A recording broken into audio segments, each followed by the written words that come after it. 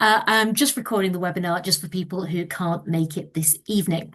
I'm going to do the presentation first. It'll be about 20 minutes or so. If you've got any questions for us, please do pop them in the chat. If you hover over your screen, a bar should come up at the bottom and there's a little chat that you can see. And Anna will be answering some questions during the webinar if she can. If not, at the end, I will go through all those questions and I'll answer any questions that people have. Fantastic. Let's get going.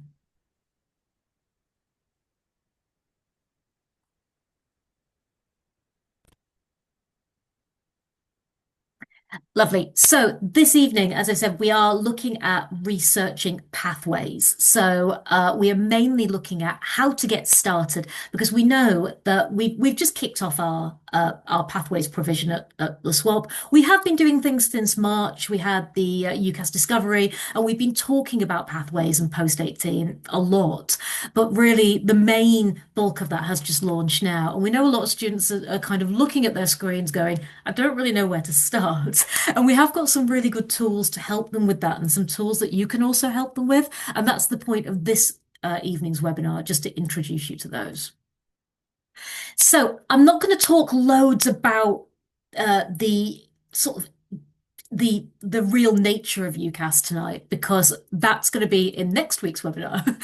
Next Wednesday, I'm going to be doing a fuller webinar that's really going to go into the UCAS application process and exactly what goes on, what your young people will be doing. But that will all be next week. Just for now, then, just to give you a really brief overview. UCAS is the central application service for nearly all UK university courses. This means that students do one application which is sent to up to 5 universities or courses. But what I'm hoping to show you tonight is that UCAS isn't just an application platform. It is a massive information hub and it is full of information where students can look for courses, they can build shortlists, and they can also look up careers information, search for some apprenticeships, and get tons of help on all kinds of things to do with the university. It is a really amazing repository of information. Really important for you to know. And again, I'll go into this in more detail next week, but just briefly for now, these are the UCAS deadlines that you and students need to be aware of for 2025-26. So the first deadline is what we call the early entry deadline, and that's for all courses at Oxford or Cambridge or all courses in medicine, dentistry and veterinary. And that is a very early deadline. That's the 15th of October. And that is followed up by the deadline for all other undergraduate courses, which is the 14th of January. Really important, though, is that our deadline, our swap deadline, is earlier than that. It is Friday, the 5th of December. And that is because that main deadline, Wednesday, the 14th, comes only 7 days after we get back from that winter holiday, from the Christmas holiday. So the applications must be in time for references to be added, applications to be checked, and things to be processed. So that 5th of December deadline is absolutely key for students planning to apply to university this year. Students applying for Art Foundation, those courses have their own individual deadlines, as do conservatoires, which again, I'll talk about a bit more next week. So what should young people be doing now? Well, in the summer at this stage, this is the stage that we're in now, and this is what we're talking about tonight. This is the researching courses stage. So looking at courses they might be interested in, making shortlists, starting parts of the application, and starting to think about planning and drafting the personal statement. Then in autumn, so from September when we come back up to that 5th of December, they will be completing their applications, doing their personal statements, getting personal statement feedback, and finalising and finishing off and submitting. We as a school, your child's base school, then send that application off to UCAS. So Laura, sorry to yeah. back, sorry No, to of butt course, in. yeah. I was just going to say, is it worth saying in summer about booking university open days as It well? I'm is. sure you've got that later, Yes. but I'm just thinking about this half term because they're coming up, aren't they? This Yes. half term and also in autumn term. So booking university open days is a good thing to be doing at the moment. Absolutely. Thank you. Thank you for the reminder. So university open days don't run all year. They run in kind of two chunks, one in summer and one in autumn, and then they kind of go quiet for the rest of the year. So we really do recommend that students start looking at and booking those open days, even if they're open days at unis that they won't necessarily go to. It's really helpful to go to them so they can get a sense of university in general. We are running one trip this week, in fact, which is probably full by now, but we are running one trip. Um, but there are lots and lots of university open days. And of course, there are loads of unis in London, so they can book in and go to those and just go on the tube or the bus or whatever. Again, more on that next week. But for now, I've got three different platforms that I want to show you this evening that will help students to research different courses and different institutions. And the first one is a platform called Informed Choices. This is run by the Russell Group. You may have heard of the Russell Group. It's a name for the 24 kind of top research universities in the country. Not necessarily the best, but they are 24 very strong research universities. And they put this website together to help students to look up what degrees their A levels might sort of fit with. It is much better for A level than vocational students, unfortunately. It is a little bit behind in that sense. But if your young person is doing A levels, it is a really helpful website. So I'll show you it live in a second. But you go in and you click on, I don't know what degree I'd want to study. You pick your subjects, and then basically you click through, and it will suggest different degrees that work well with those subjects. So let's have a look. I'm just going to stop sharing this screen and show you this. I've also put the link into the chat, Laura, Of for informed choices. Yeah. Fabulous. So you can see the link up here, Informed Choices. So you click on, I don't know which degree I'd like to study. And then it will give you some blurb on different types of degrees, sort of different degree families, different areas. And it will give you some suggestions here of subjects. So from this, you pick the subjects that you currently study. So let's say our student today is studying biology, business, and chemistry, just for ease, because they're right there next to each other. They then click next. And it will then give a suggestion of different degrees that that person could take with that combination of A levels. So these ones here are degrees that have usually at least one compulsory subject. So those science subjects are leaning towards these degrees. And it will also suggest subjects that often don't have any, what we call facilitating subjects, subjects that are essential for you to then go on and do that at university. And these ones often have no essential subjects at all. And then you can download this results, you can share them by email, or if you've done it wrong or you want to look at a different combination, you can go back and you can start again. And then again, if you click through, it will give you more information. So let's say we quite like the look of biomedical sciences. It will now give you some information about which subjects you usually need, and we'll link you through to UCAS and Russell Group for more information. So it's a bit of a broad strokes, is this one, but it's a good place to start if you're really not sure, because you can just plug those A-level subjects in, and it will give you some places to start. So it works for a lot of students for that. And it also as well, the other reason it's good is it will throw up subjects that you might never have heard of. So I picked picking biochem or biomedical science. Most people have heard of those, but it will also give you more unusual degrees that you might not be familiar with that you would be qualified to do. So again, it can be a really nice way to explore different options. So that's Informed Choices. That's the first one. The second place then is a really good platform called Unifrog, and all Year 12 students, all students that are based at Ackland Burley, Parley and William Ellis all have a Unifrog account. If your young person, if your child hasn't logged in yet, then firstly, to ask them to check their school email. They've probably got a welcome email in there. If they haven't, then ask them to check with their head of year and make sure that they've got a Unifrog login. They are entitled to one and they will be given one. So the other great thing about Unifrog is that you can also have a login as a parent login. And the way that you can get your parent login is to go to unifrog/student and click sign in. And then you'll be asked for some details, so your email address and your name, basically, and it will ask you for a sign-up code. Please use the code here. If your child is based at Ackland Burley, use this one. If they're based at Parliament Hill, use this one. And if they're based at William Ellis, use this one. And then from there, you'll be able to sign in with just your email address and your password. You only need the code the first time. And that will give you access to everything in Unifrog that your child has access to. You're not sharing an account, it's your own separate account, so you won't be able to see exactly what they've been up to, but you can access the whole platform just like they can. So, what can we do on Unifrog? You can do pretty much anything. Again, it's got lots and lots of information on here. It's got these huge libraries that are full of different careers, subjects. I'll show you some examples.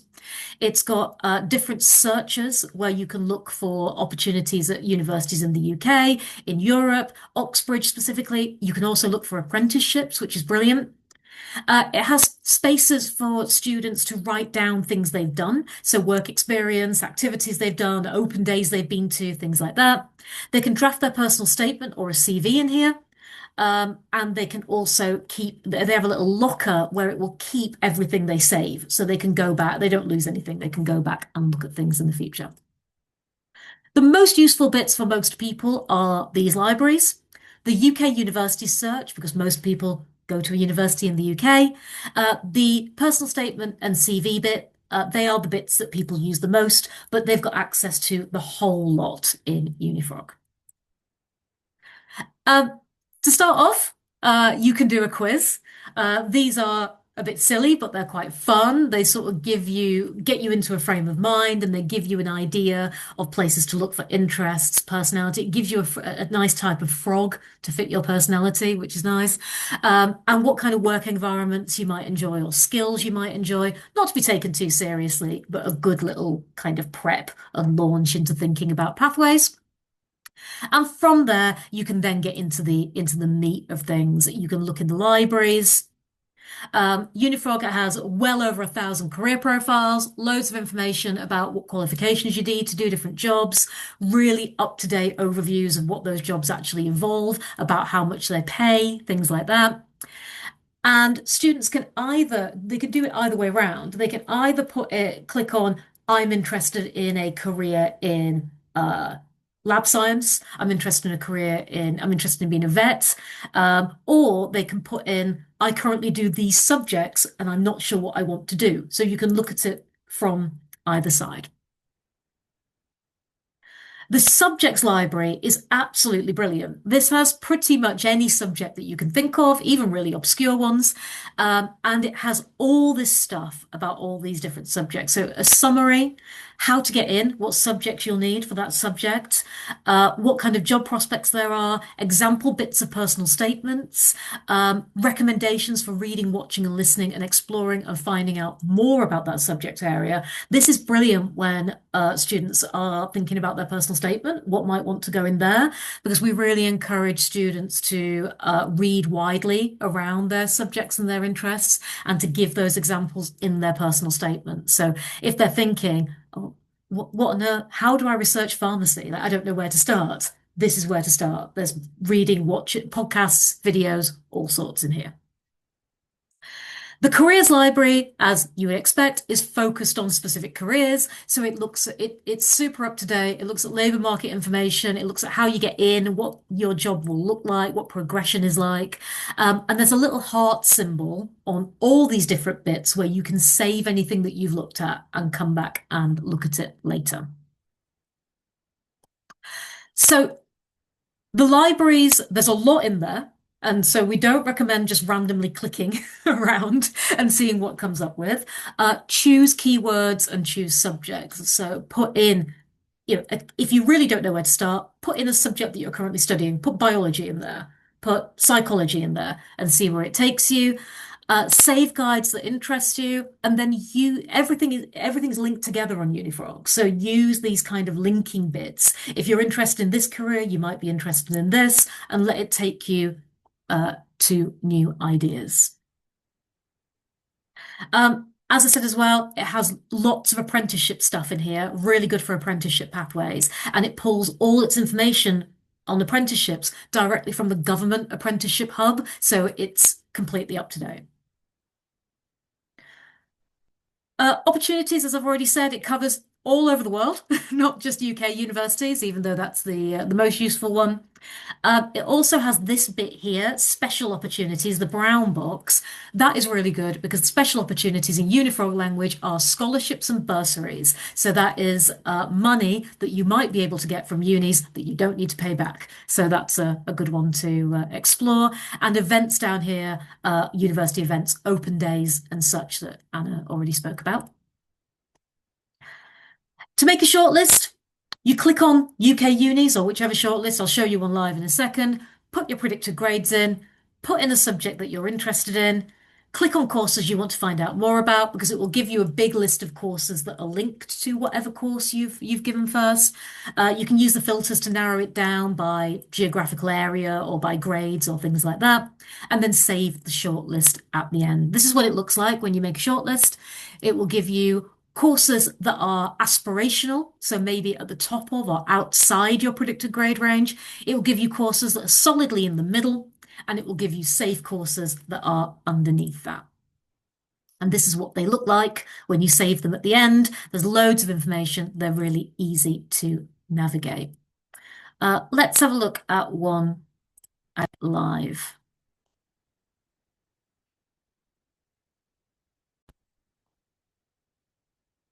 So here's what it looks like when you log in, when you're a student. Scroll down. Here's the quizzes that I talked about before. We go to university shortlists, where we live, and then we can put in our qualifications here. So if we put in that we're doing a BTEC and we're doing an A level, because or you put in your 3 A levels or whatever it is that you're studying, and put what we want to study, and then it will give you the direct match, art, but it will also give you all these suggestions of other things that are linked to art that you might like. I quite fancy photography, comic book and concept art, let's go with that, and digital art. You can pick lots more. And then here we go. So we've got aspirational, things at the top of our range, we've got solid in the middle, and we've got safe at the bottom. I would like this one, and this one, please. Obviously, you're going to read them in more detail. And that will generate a shortlist with full details and information. Also links to the website, upcoming open days, finance, scholarships, accommodation, and anything else that you might need, along with a summary of that university, including its rank on university rankings and whether you need an interview, an admissions test, all kinds of things.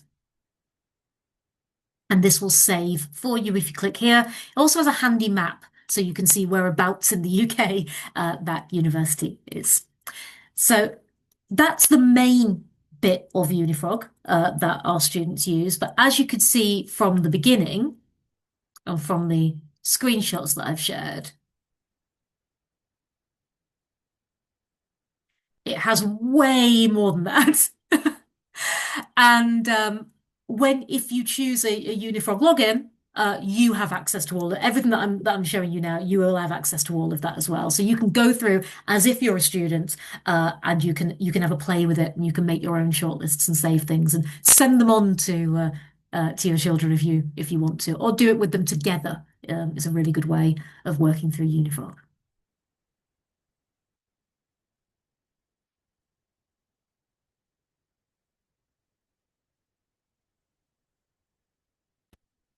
So I've already mentioned apprenticeships briefly, just mentioning it again here.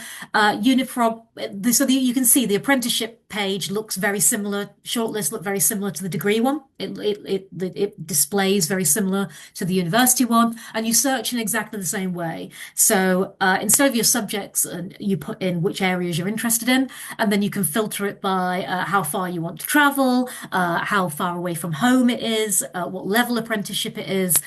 You can make and save shortlists and it links directly to the employer's site to apply as well.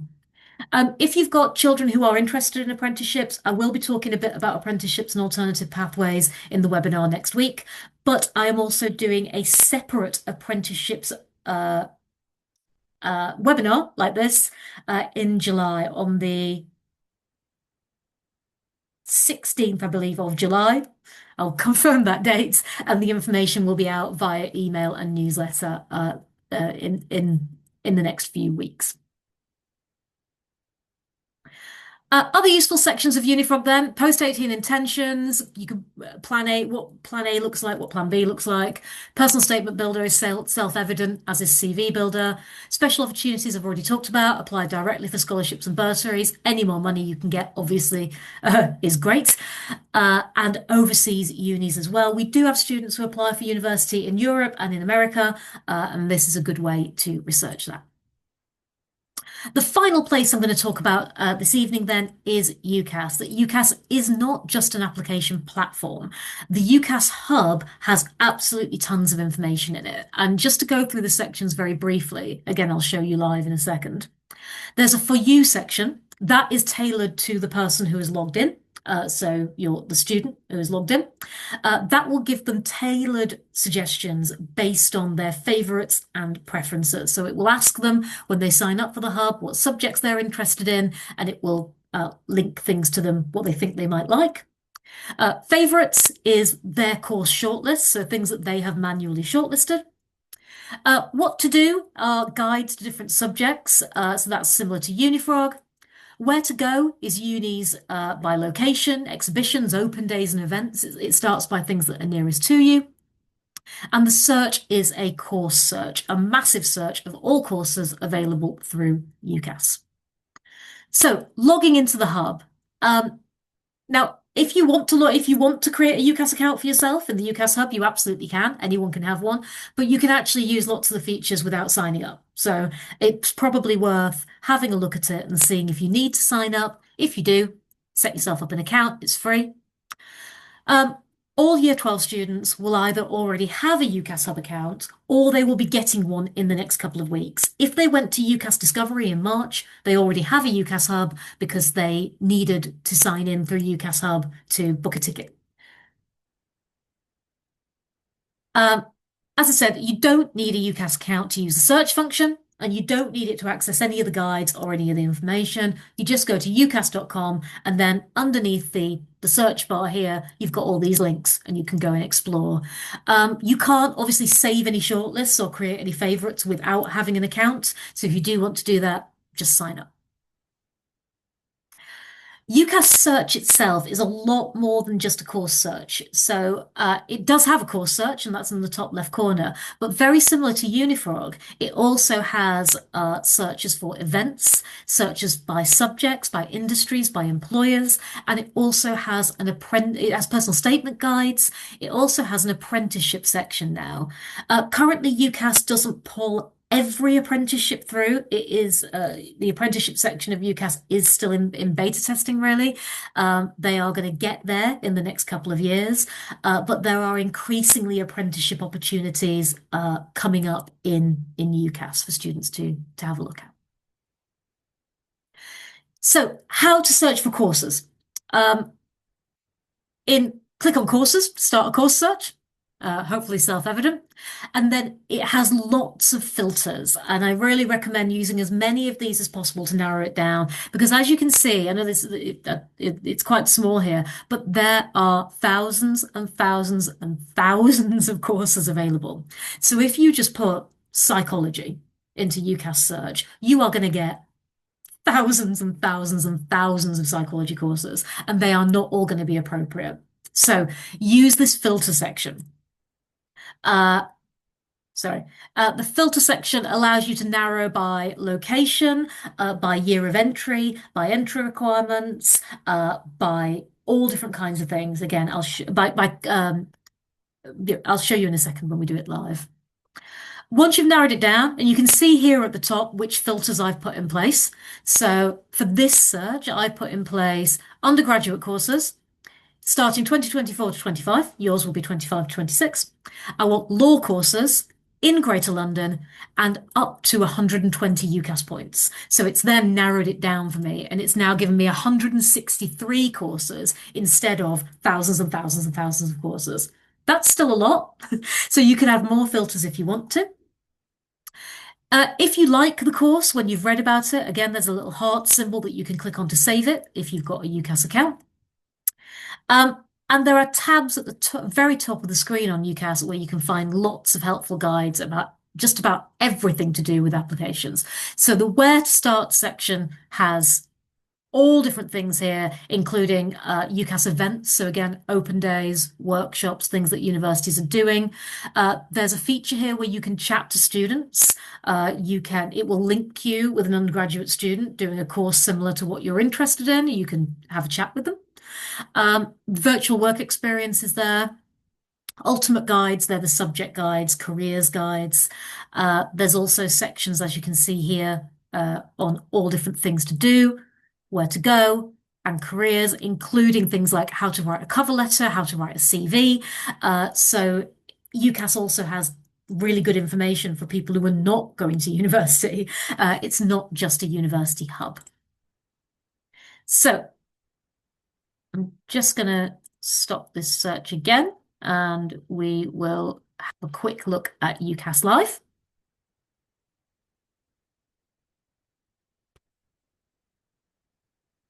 Here we go. So this is the if you hover over Discover at the top, this is where you can access all these different guides, subject guides, tasters, all this lots and lots of information. Search everything here if you want to. Oh, because I'm going through Zoom, it's blocked this. But what you'll be able to see is adverts here, and it will all be relevant stuff, open days and bits and bobs. And then if you continue to scroll down, it will give you careers quizzes and different guides to applying to university, conservatoires, featured providers, lots and lots of different things. If you create an account, I've not signed in deliberately, so you can see what you will be able to see without an account. But if you do, it will personalize this for you as well, according to subjects and things that you've selected. Let's have a quick course search to start with. So it's automatically filtered it for undergrad and 2025-26, but it's given 32,000 courses, not particularly useful. So let's say that let's go with psychology, because I use that as the example. We want up to 120 points. That's 3 Bs at A level, so let's go with that. Where do you want to study? We don't want to leave London.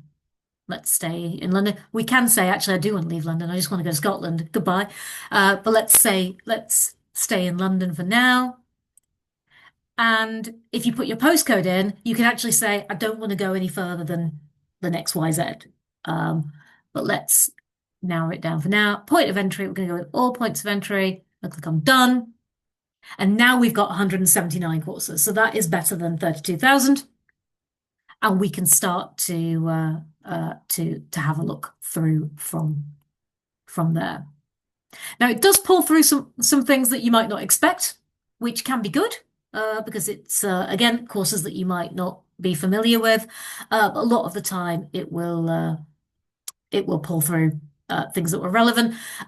Sometimes it can pull through a university that's got a London base. So looking at Coventry there, I think Coventry's not in London. Coventry University does have a London campus, which is why it's pulled it through. It's in Dagenham. And then we'll go through from there and you can shortlist and you can search.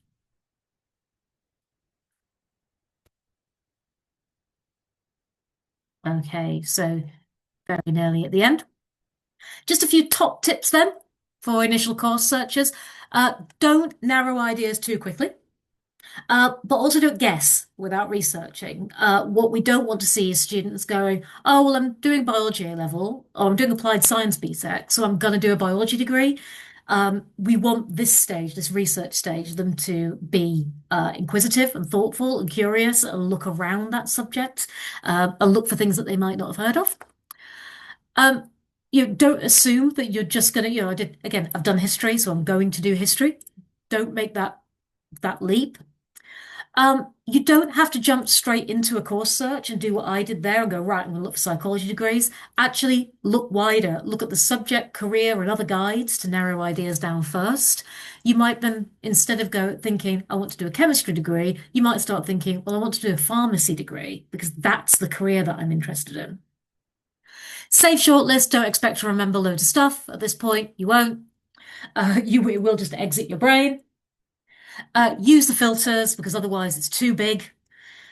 Use searches as a jumping off point to find more courses at that uni or similar courses. So, for example, if you did look at psychology at the Dagenham campus of Coventry University and think, I absolutely love it, I really want to go there, you might then start to look at sociology there, or criminology there, or social sciences there instead. Explore things you've never heard of, as I said. Uh, Informed choices can really help with that. Unifrog can really help with that. And what Anna said at the beginning, visit. Please visit. Go to as many open days and masterclasses and things as you can. UCAS Explore has a huge search function to look for again, open days, masterclasses, summer schools, loads of activities. And Uni Taster Days is a brilliant website. Again, you can filter it down by what kind of subject you're interested in, whether you want to go to an open day or a workshop or a taster session, whether you want, and you can also filter it by how far away it is. So again, you're only looking at things that are nearby if you want, or you can filter it by specific unis. So you can say, I want to look at masterclasses at the University of York. So I'm going to finish up in a second, and I'll have a look in the chat and the Q&A and see what questions we've got. But just as a heads up, next week will be our longer webinar, more detailed webinar, where I'm going to talk about UCAS and pathways in a bit more detail. So I'll go into what UCAS is and how it works and what it does. We will look at a live application. We'll look at the process. What's involved in that. We'll look a bit more at choosing courses, what happens, how you get offers, what happens when you get offers. I will mention finance, but I'm not going to talk about it in detail. And we will also look a little bit at alternatives to uni, because you can, of course, apply for university and an apprenticeship, for example, at the same time. And we will cover that a bit as well. So that will be our more in-depth UCAS focused webinar. The link to this is, I think it's in the Swap newsletter, but I'm going to send it out to all families by email tomorrow. If you don't get it, feel free to email me. I will put my email in the chat in a second so everyone has got it.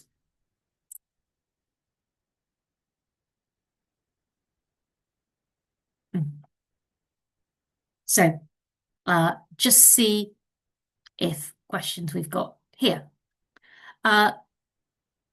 Thank you. Yeah, so Anna's put a few bits in here. The information has been covered with student in Monday period 3 tutorial sessions, and it is so important that students go to those because if they miss them at this stage, they're going to miss all this information about how to do these applications. And there is the link to Informed Choices there and the link to Unifrog and UCAS. You can just stick UCAS into Google and you can find it.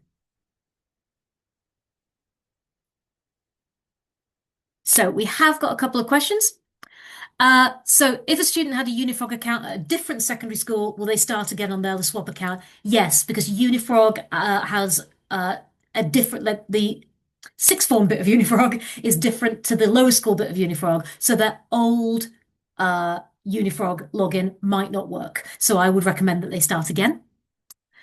Will the swap be helping students set up a UCAS account? Absolutely. That's what they're going to be doing in Monday period 3 from now until the end of the year. they'll be doing how to set up their UCAS account, how to do their UCAS application, how to fill it all in. There will be some stuff about personal statements as well. We've also got the Swap Futures Day coming up on Monday, the 30th of June. The first couple of hours of that are going to be about all about UCAS and apprenticeship applications, and then we're going to be hearing from lots of students going to be opting into sessions from different universities and employers during that day. So it's a really good day for them to be thinking about pathways in the future. If a student wants a gap year, do you apply in the 2026 cycle? Good question. Now, it depends. You can if you want to. You can apply and defer. We do recommend students do that where they can, because then they're doing it at the same time while they're in school and they're getting all the help that they need while they're in school. But some universities and some courses don't accept deferred applications, or the student might just want to have longer to think about it. In that case, they don't have to submit their UCAS this time. We would suggest that they do it and just not submit it, because then they've done it all, they've been through it. So when they have to do it next year, they know how to do it. We can also provide a reference for students who've left. So ex-students, if you contact their head of year or UCAS coordinator, even if they've left, we can still do a reference for them. Are students still required to do a personal statement for 2026? Yes, they are. So there have been some changes to personal statements for 2026. There have been some dramatic headlines that say things like, UCAS have got rid of personal statements. It's not true. What they've done is they've taken the personal statement, which up until this year was 4,000 characters, so about a page of size 12 font. It's still 4,000 characters, it's still the same length, but instead of it being one continuous piece of text, it's now been broken down into three questions. And those three questions are basically, why do you want to do this subject? What have you done in lessons that makes you good at this subject? And what have you done outside of school that makes you good at this subject? So it really follows the format that we've always taught students to do their personal statements in. It's really not that different. And to all intents and purposes, it is still a personal statement. It's just got three headings, three subheadings, instead of being one long piece of text. That will all be explained in the Monday period 3 sessions. There will be examples, and students will be talked through that personal statement process. Is AI impacting on personal statements? Do students need to avoid using it? So this is something that I've written into our guidance that we are, again, going to be delivering through Monday period 3. AI is impacting personal statements. It's impacting everything. We know that just saying don't use AI is going to be a little bit ridiculous, and that these tools are out there. What we do say to students is that we can tell when AI is being used poorly. We can tell when statements are very generic, and so can the universities. UCAS use a similarity checker to check for plagiarism, which also checks for likelihood of it being non-human written content, and then that information is made available to the universities. We have had students this year who have not been made an offer because their personal statement hasn't been good enough quality. We suspect in some cases that that's been linked to AI. Where we do think that statements are used, so students are using generative AI to create just very bland personal statements. So they're just typing in, write a personal statement for English literature. My favorite novel is Animal Farm. Where we think that's happening, we are pulling students up on that, and we are telling them to rewrite those personal statements because, firstly, it's not their work. And secondly, part of the reason for a personal statement is for students to be thinking through those reasons and actually helping themselves decide why they want to do this course and which courses they're interested in, and really thinking through their reasons. So rather than just automatically going, I want to do biology at uni, the process of writing out, this is why I want to do it, this is why I will be good at it, these are what skills I've got, will help you to decide if that's the right course for you. So personal statements are about more than just impressing a university. But as I say, all of this is coming up in Monday period 3 for students, and we do make it very clear what we what is acceptable use of AI, things like grammar and spell checking, and what is not, which is creating a personal statement from a very, very short impersonal prompt. Is the UCAS application required for apprenticeships or is it just for uni? It's just for university. So UCAS is the University and Colleges Admission Service. Apprenticeship applications are made directly to the employer. But we do recommend at this stage, and again, we'll be telling students this, we recommend that all students at least start a UCAS application. Number one, because it's really good practice at doing an application. Number two, because apprenticeship applications are often quite similar and they often need some kind of personal statement or cover letter that's very similar. And thirdly, because lots of our students do actually change their minds and they say in summer of year 12, they're definitely not going to uni. And then in October, November, December, they change their mind and then they're left with very little time to pull an application together. There is support for students who are applying for apprenticeships, though. As I say, that will be through Monday period 3 sessions. It will be on Futures Day. We have lots of apprenticeship providers at Futures Day as well, and it will be in Monday period 3 in at the start of year 13. The Monday period 3 tutorials, although we do talk a lot about UCAS at this time of year, it's not just about UCAS. It is about all pathways and progression onto all of them.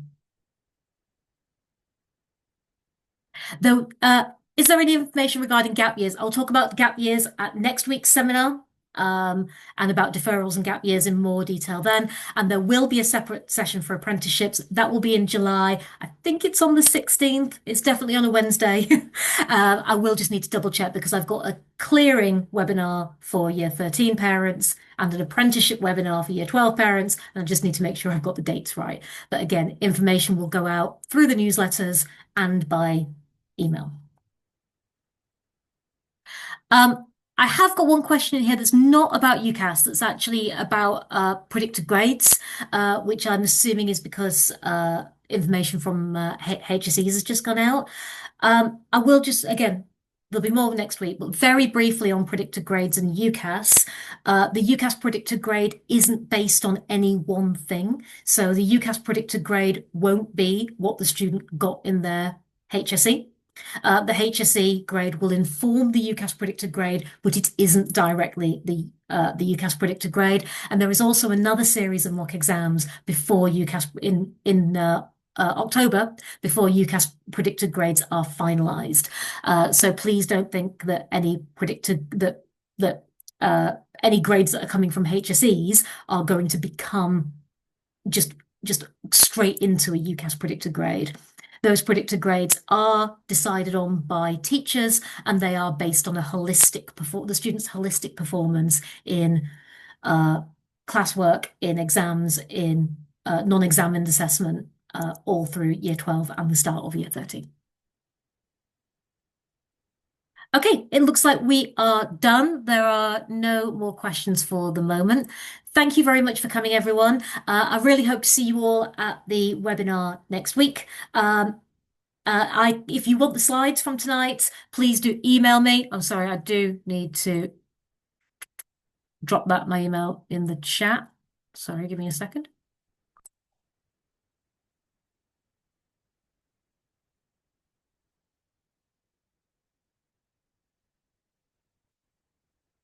Sorry, it's a long email address.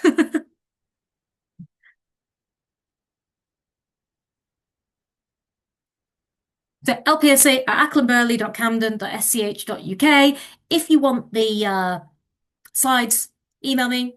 The recording of this, should you want to watch my my lovely face for another half an hour, will be on our YouTube channel as well. And as I say, I hope to see lots of you next week. Thank you very much.